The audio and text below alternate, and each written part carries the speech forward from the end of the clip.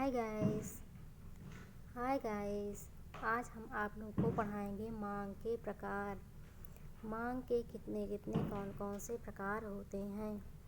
किसी समय पर किसी वस्तु की मांग मुख्यतः वस्तु मूल्य उपभोक्ता की आय वस्तु मूल्य उपभोक्ता की आय तथा अन्य वस्तुओं के मूल्य पर निर्भर करती है। किसी समय पर किसी वस्तु की मांग वस्तुतः वस्तु मूल्य उपभोक्ता की आय तथा अन्य वस्तुओं के मूल्य पर निर्भर करती है। इसी के आधार पर मांग के 3 रूप अर्थशास्त्रियों ने बताए हैं। कौन कौन से 3 रूप हैं?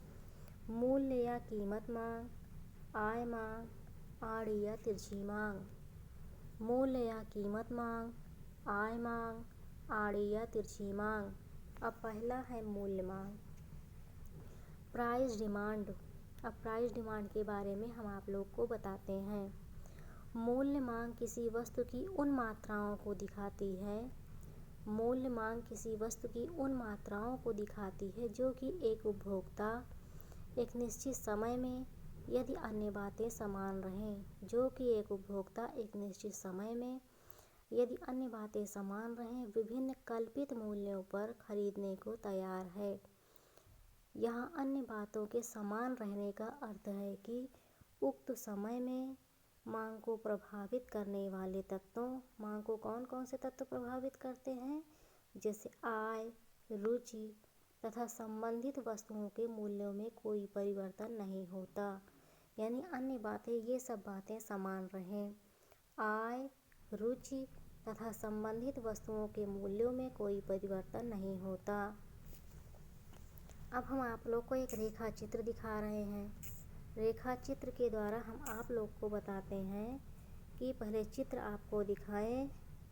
ये है रेखा चित्र। मूल्य मांग वक्र, ये है रेखा चित्र मूल्य मांग वक्र। इसमें दिया गया है। रेखा चित्र की सहायता से अब हम आप लोग को समझाते हैं। रेखा चित्र में मूल्य मांग वक्र प्राइस डिमांड कर्व को प्रदर्शित किया गया है, जो कीमत के विभिन्न स्तरों पर यानी भिन्न भिन्न स्तरों पर मांग की विभिन्न मात्राओं को व्यक्त करता है। सामान्य पदार्थों के लिए मांग वक्र का ढाल ऋणात्मक होता है। मांग वक्र देखो, बाएं से दाएं नीचे की तरफ गिर रहा है ना। डी डी जो है मांग वक्र है, ए बी उस पर 2 बिंदु हैं, तो मांग वक्र बाएं से दाएं ऋणात्मक होता है। सामान्य पदार्थों के लिए मांग वक्र का ढाल जो है वो बाएं से दाएं ऋणात्मक होता है, अर्थात मांग वक्र दाहिने की ओर नीचे गिरता हुआ होता है, जो मूल्य एवं वस्तु की मांग के विपरीत संबंध को व्यक्त करता है। मूल्य एवं मांग के बीच संबंध को वस्तु की नीचे दिया गया है x वस्तु की मांगी गई मात्रा, नीचे दिया गया है x वस्तु की मांगी गई मात्रा और ऊपर दिया गया है मूल्य। नीचे दिया गया है वस्तु मांगी गई मात्रा और इधर दिए गए हैं वस्तु का मूल्य। तो इसमें वस्तु की मांगी गई मात्रा और मूल्य को व्यक्त किया गया है, जो मूल्य और वस्तु की मांगी गई मात्रा के विपरीत संबंध को व्यक्त करता है। चित्र से स्पष्ट है कि OP1 मूल्य पर वस्तु की मांग OX1, OP1 मूल्य पर वस्तु की मांग OX1, OP1 मूल्य पर वस्तु की मांग OX1, जबकि मूल्य में गिरावट आने से OP2 पर OP2 से मूल्य पर मांग बढ़कर OX2 हो जाती है। OX2 हो जाती है, जो बी बिंदु पर संतुलन में है। तो प्रत्येक उपभोक्ता जो है, अब आगे हम आप लोग को आते हैं टॉपिक पर।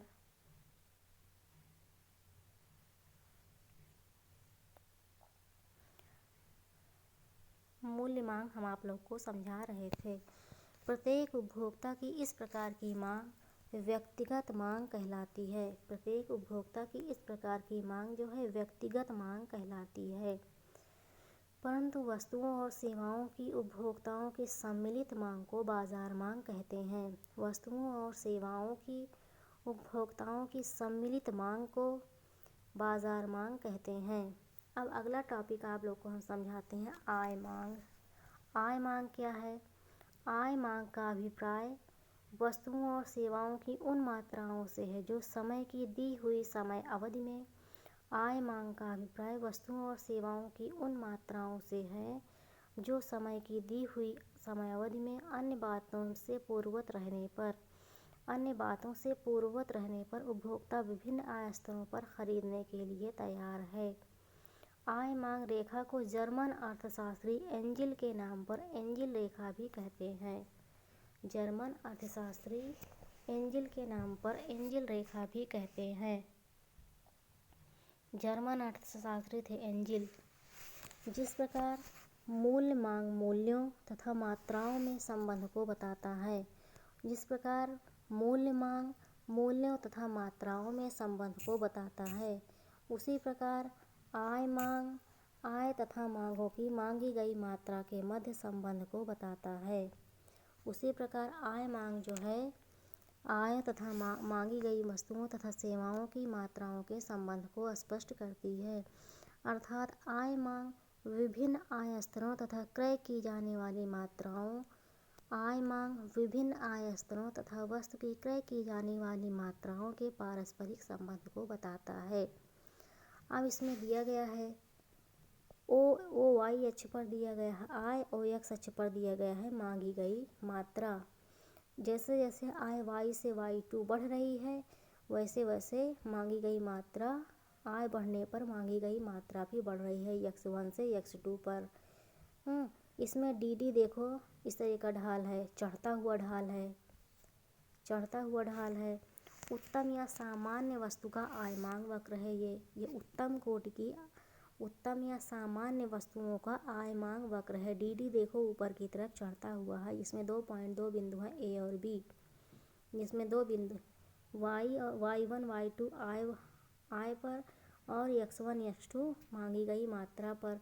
D और D जो है ये मांग वक्र है। A और B 2 बिंदु यहाँ पर हैं। ये उत्तम या सामान्य वस्तु का आय मांग वक्र है। अब इसमें नीचे दिया गया है एक और टॉपिक, इसमें भी आय है, इधर मांगी गई मात्रा। इसमें बाएं से दाएं नीचे तरफ गिरता हुआ है। ये घटिया वस्तु के लिए है, हीन वस्तु के लिए। घटिया या हीन वस्तुओं का आय मांग वक्र, घटिया या हीन वस्तुओं का आय मांग वक्र। ये बाएं से दाएं नीचे की तरफ गिर रहा है। जैसे जैसे आय y से y2 पर आती है घट करके, उसकी मांग बढ़ जाती है, x से x2 पर हो जाती है। बाएं से दाएं नीचे की तरफ मांग गिर रहा है। वस्तुएं 2 प्रकार की हो सकती हैं, आगे बताया गया है। वस्तुएं जो हैं हमारी वो 2 प्रकार की हो सकती हैं। वो कौन कौन सी हैं आय मांग में?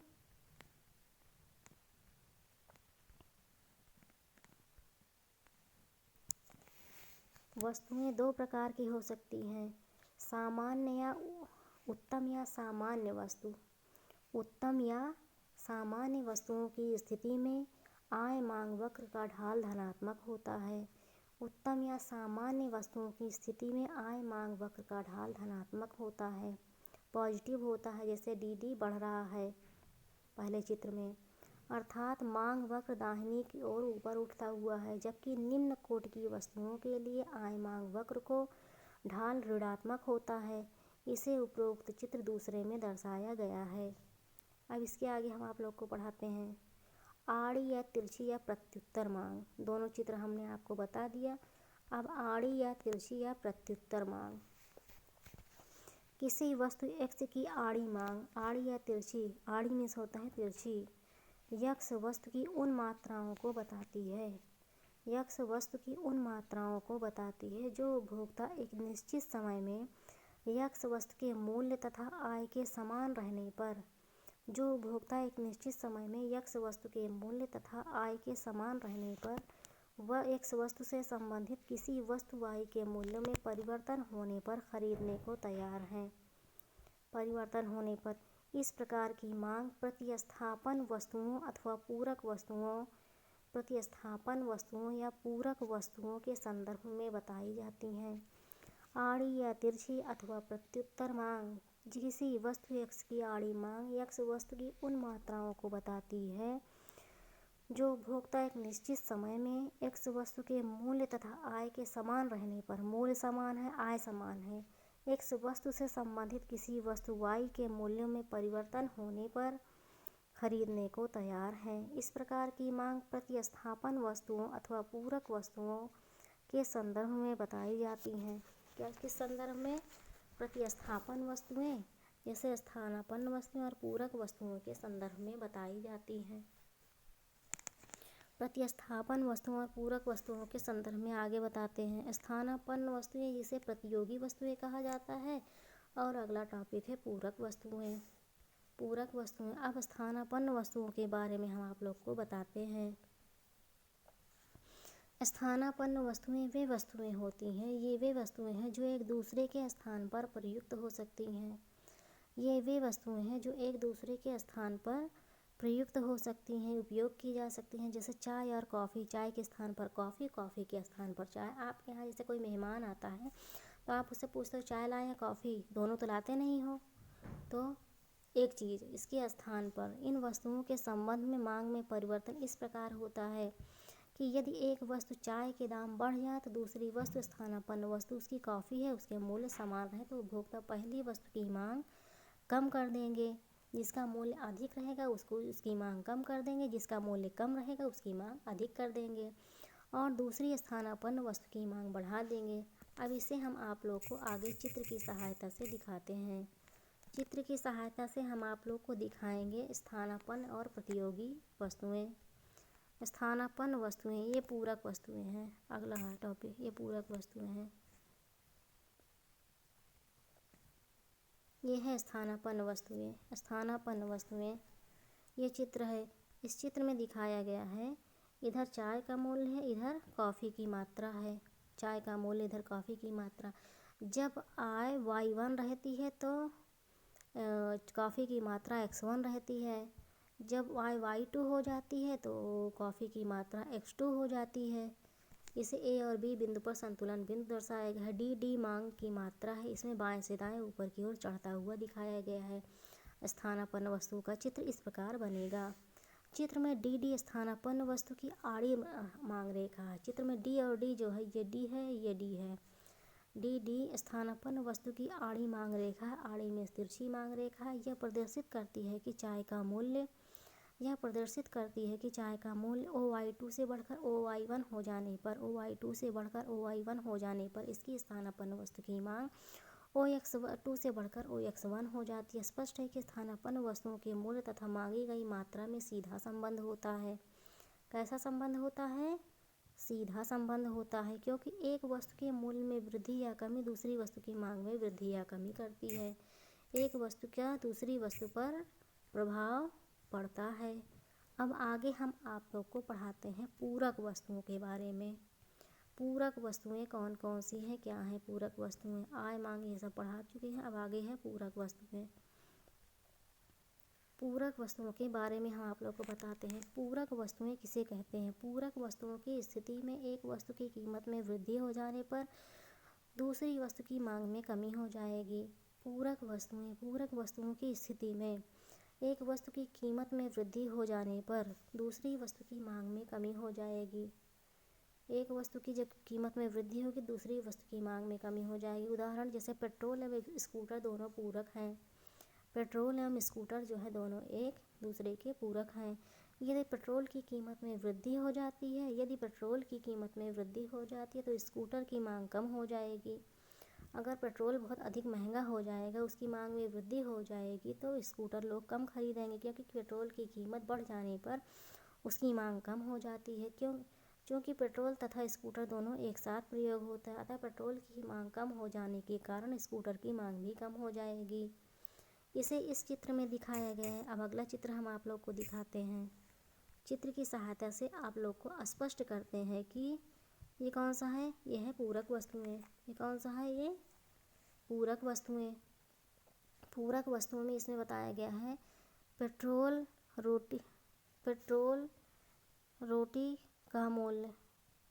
का मूल्य, और नीचे है स्कूटर की मात्रा। P1 से P2 होने पर इधर पेट्रोल का मूल्य है, इधर स्कूटर की मात्रा है। इधर पेट्रोल का मूल्य है, इधर स्कूटर की मात्रा है। अब ये बाएं से दाएं नीचे की तरफ गिर रहा है। ए और बी ये संतुलन बिंदु है। डी जो है ये मांग वक्र है, ये बाएं से दाएं नीचे की तरफ गिर रहा है। इस चित्र में डी पूरक वस्तुओं की आड़ी मांग रेखा है। डी जो है पूरक वस्तुओं की आड़ी मांग रेखा है। इससे स्पष्ट है कि पेट्रोल का मूल्य OP से बढ़कर OP1 हो जाता है। जब पेट्रोल का मूल्य OP से बढ़कर OP1 हो जाता है तो स्कूटर की मांग OM से घटकर OM हो जाती है। OM1 से घटकर OM हो जाती है, अर्थात दोनों में उल्टा संबंध है। इसलिए बाएं से दाएं नीचे की तरफ गिर रहा है। बाएं से दाएं नीचे की तरफ गिर रहा है। अब हम आप लोग को आगे पढ़ाते हैं मांग के प्रकार में स्वतंत्र वस्तुएं। मांग के प्रकार में स्वतंत्र वस्तुएं क्या हैं? स्वतंत्र वस्तुओं के बारे में, स्वतंत्र वस्तुओं के संबंध में कहा जा सकता है कि एक वस्तु के मूल्य में परिवर्तन का दूसरे की मांग पर लगभग कोई प्रभाव नहीं पड़ता है, स्वतंत्र होती हैं। स्वतंत्र वस्तुओं के संबंध में कहा जा सकता है कि एक वस्तु के मूल्य परिवर्तन का दूसरे की मांग पर लगभग कोई भी प्रभाव नहीं पड़ता है। उदाहरण के लिए एग्जाम्पल देते हैं, यदि स्कूटर का मूल्य बढ़ जाए तो इसका केरोसिन की मांग पर लगभग कोई प्रभाव नहीं पड़ेगा। ये स्वतंत्र वस्तु है। जब स्कूटर का मूल्य बढ़ जाएगा तो केरोसिन यानी उसमें लगने वाले तेल की मांग पर कोई प्रभाव नहीं पड़ेगा। आज के लिए बस इतना ही। आप लोग हमारे वीडियो को ज़्यादा से ज़्यादा लोगों तक शेयर करें, हमारे चैनल को सब्सक्राइब करें, बेल आइकन को प्रेस करें। Thank you.